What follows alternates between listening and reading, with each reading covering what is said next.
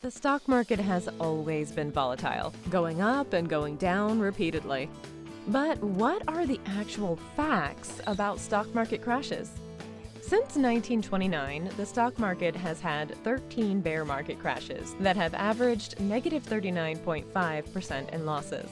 While 13 crashes since 1929 doesn't sound like that many, it means historically the stock market crashes and loses an average of negative 39.5% every 7 years. Why is all this important? Two reasons. Number one, you don't have time to make up a big loss. Number two, as of July 2019, the stock market has been in the longest bull stock market run in history for 10 plus years.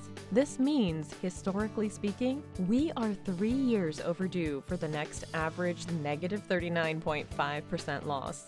It also means if you're between the ages of 55 and 75, you potentially have multiple negative 39.5% losses in your lifetime.